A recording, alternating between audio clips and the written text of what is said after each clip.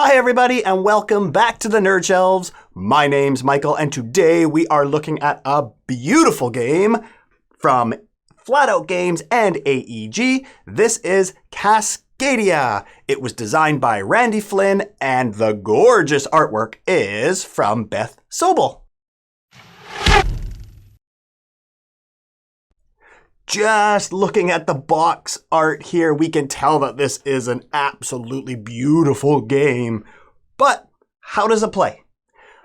Let's find out, and we'll come right back here and I'll tell you my thoughts. In CASCADIA, you are going to be taking landscape tiles and placing them in your terrain, and also taking animal tokens and putting them on your tiles. The object of the game is to score points in two different ways. One, the animals are going to score depending on the cards that are in your particular game. And you are also going to score points for your tiles by matching terrain types. There are 5 different animals that come out in the game, and each one scores points differently depending on the card that you've pulled out. There are salmon, hawks, grizzly bears, elk, and red foxes. Each animal comes with a variety of different scoring cards, so every game's going to be a little bit different. The game is played in turns until all of the tiles have run out, and depending on the number of players is how many tiles is going to be available for each game. On your turn, you're going to choose one of the groups of tiles and animal tokens to take. So for example, if I wanted this tile, I would also have to take this token. I can't take this tile and this token. There is a way around that, and I'll explain that in a minute. So when you decide which tile and animal you are going to take them and place them on your board somewhere. The great thing about this is there aren't really that many restrictions on where you place your terrain tile. The only restriction is it has to be touching on 2 sides somewhere on your board. The terrains don't have to match, but you are going to score more points if they do at the end of the game. So for example, I might put this forest tile here because it is matching on 2 sides. Without these restrictions, it's fantastic because you have a variety of ways that you can go and you can get creative and there are no borders or restrictions for your board. Then you're going to take your tile, your animal token, and you're going to place it on any terrain type that has that animal depicted on it. It does not have to be the one that you just put this turn. It can be one from another turn. So there's a fox here, and there's also a fox here, so I'm going to decide where I'm going to place it. If you can't place it, then it's just removed from the game. So I'm going to put my fox token here. As you can see, this tile and this tile have little arrows on them and pine cones depicted right beside the animals. These are called keystone tiles, and what these do is if you put your animal token on a keystone tile, you receive one of these nature tokens. Now what nature tokens do is this is how you get around not having to take the same animal and the same tile. So I could always spend one of my tokens, and then I could take this tile and this animal token, for example. Another thing I can do with these tokens is I can remove, before I choose, I can remove as many of the animal tokens as I want and draw new ones to give me different animals to choose from. Any of these tokens that you have left at the end of the game are worth 1 point. So now that I've placed my tile and my animal token, I am going to draw from this bag a new animal token. And from one of the piles, I will take another terrain type and put it in the empty spot. It is now the next player's turn. If at any time these animal tokens all have the same animal showing, this is called being overpopulated. And what you would do before you select your tiles, you would take all of the animals, put them to the side, and draw 4 new ones from the bag. Once you've drawn 4 new animal tokens, then the ones you just removed will now go back into the bag.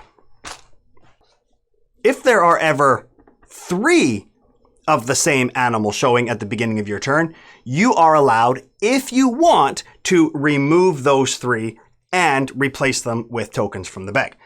However, you can only do that once per turn. Play continues as players are going to be placing tiles in their terrain and adding the animals to the appropriate terrain tiles. Once all the tiles are gone from the game is over, and now you score. Like I said earlier, you score in a couple of different ways. First, you score based on each animal and the card that is available in this game. You're going to look at the animals in your landscape and score them, rating them on this handy score pad. You are also going to score by your actual landscape types. How you score is you are going to find your largest contiguous area of each landscape and score how many tiles are in it. So for example, even though I have forest here and forest here, this is my largest forest, so I would score 1, 2, 3, 4, 5, 6, 7 points. You would do that for each of the landscape types and write it on the score pad. Also, depending on the number of players, for each landscape type, the player with the largest area also scores bonus points. And finally, all of your nature tokens are worth 1 point at the end of the game. You're going to add up all of your points, and the player with the most points at the end of the game is the winner. So that is Cascadia. Now, like I've already said, this game is beautiful. I mean, just look at that artwork. Not only is the box beautiful, but it looks gorgeous on the table. The theme is from the Pacific Northwest and the West Coast of Canada, which is where we're from. So this game has a soft spot in our heart for sure. It has all of the wildlife, the bears and the elk and the salmon, and all of the different terrain with the mountains and the oceans. And it's beautiful. It's gorgeous. I mean, it's Beth Sobel, and we all know what kind of art they can produce. Not only is it beautiful on the table, but it also plays really well. I mean, this game is just thinky enough with all of the wildlife cards, and not only are you trying to build large groups of terrain, but you also need to put the animals in the right spots to get points based on the cards. But it's also relaxing, if that makes sense. It's thinky and relaxing at the same time. And I really thought about this, and I thought, why is it so relaxing? Why is it more relaxing than, say, Calico or a game like that?